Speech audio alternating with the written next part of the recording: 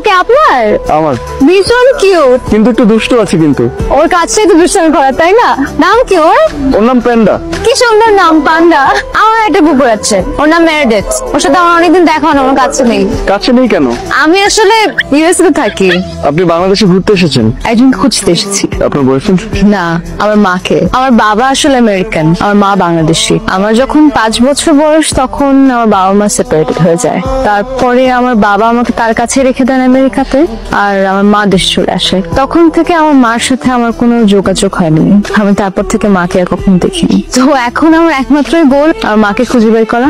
আমি চাই আমার মাকে একবার দেখতে, একবার জড়িয়ে ধরতে। সেজন্য আসলে দেশে। শুনে খুবই খারাপ লাগলো। কিছুই চিনি না। জানি না আপনি কি মনে করবেন। আপনার মাকে খোঁজার মিশনে আমি আপনাকে হেল্প করতে চাই, বন্ধু হিসেবে। আপনার কোনো সমস্যা হয়নি তো? আমি আপনাকে হেল্প করতে পারলে আমার অনেক ভালো লাগবে। আজকে থেকে যে কোনো প্রবলেমে আপনি আমাকে স্মরণ করতে পারেন। আমার আসলে এই মুহূর্তে একজন বন্ধুর খুব প্রয়োজন।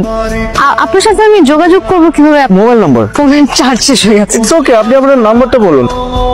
এমন স্নিগ্ধ সুন্দর অনুভব আমার মনের ভিতরে আগে কখনোই ঘটেনি। মেয়েটির সরলতায় মনটা ছুঁয়ে গেল। আপনি?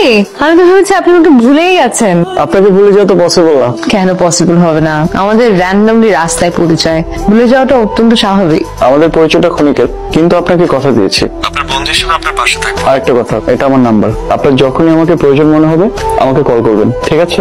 আপনাকে অনেক ধন্যবাদ এখনই দিতে হবে না, আগে তো আপনার উপকারে আসি, তারপর দেখা যাবে। আপনার মায়ের কোনো খোঁজ পেলেন? না, এখনো কোনো খোঁজ পাইনি, কিন্তু চেষ্টা চলছে। ইনশাল্লাহ, আপনি একদম টেনশন করবেন না, দেখবেন আন্টিকে আপনি খুঁজে পেয়ে যাবেন ইনশাআল্লাহ। Good night. Thank you for calling. আপনাকে দেখার পর থেকে আমার ভেতর অন্যরকম একটা অনুভূতি কাজ করছে। আগে কখনোই কারোর প্রতি এমন অনুভূতি কাজ করেনি। জায়গাটা অনেক সুন্দর না? আপনাকে অনেক ধন্যবাদ আমাকে এত সুন্দর একটা জায়গায় নিয়ে আসার জন্য। আসলে বাসায় অনেক বোরিং লাগে একা। আপনার যখনই বোরিং লাগবে আপনি আমাকে একটা কল করবেন। আচ্ছা, আপনি এখানে কোথায় উঠেছেন? আমি কার বাসায় থাকছেন? আমার একটা ফ্রেন্ড আছে, টিনা।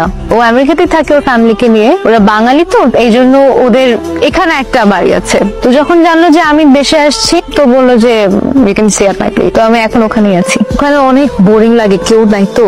বোরিং লাগলে আপনি আমাকে কল করবেন, আমি তো ফ্রি থাকি। আপনি আমাকে বলবেন, আমি আপনাকে এরকম ঘুরতে নিয়ে আসবো।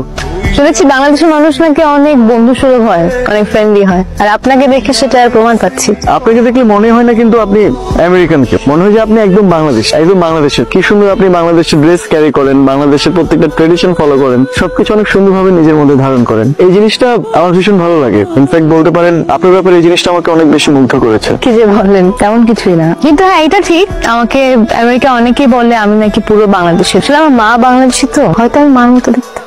কিন্তু কেমন ভাগ্য দেখুন, আমি যার মতো দেখতে তার সাথে কখনো দেখা। আমি খুব করে চাই, জানেন, আল্লাহ আমার এই আশাটা পূরণ করুন। আমি চাই আমার মাকে একবার দেখতে, একবার জড়িয়ে থাকতে। আপনি একদমই টেনশন করবেন না, দেখবেন সৃষ্টিকর্তা ঠিকই আপনার মাকে আপনার কাছে ফিরিয়ে দিয়েছে। আপনি একটু অপেক্ষা করুন, তাহলেই হবে। হ্যাঁ, কত অপেক্ষা করি। দেখুন, আমরা জীবনে এরকম কিছু পরিস্থিতির মুখোমুখি হই যেটা আমরা চাইলেও পরিবর্তন করতে পারি না। ধৈর্য এবং আস্থা দিয়ে সেই সিচুয়েশনটাকে আমাদের জয় করতে হয়। আর আমার মনে হয় একটু ধৈর্য ধরলে না, আল্লাহ তাআলা একদম ঠিক সময় ঠিক উপহারটাই আপনাকে দেবেন। জাস্ট একটু ধৈর্য ধরতে হয়। আমার আপনার এই কথাগুলো শোনার খুব দরকার ছিল। আমি তো আছি, আপনার যখনই প্রয়োজন হবে যে কোনো জিনিসে আপনি জাস্ট আমাকে একটা কল করুন।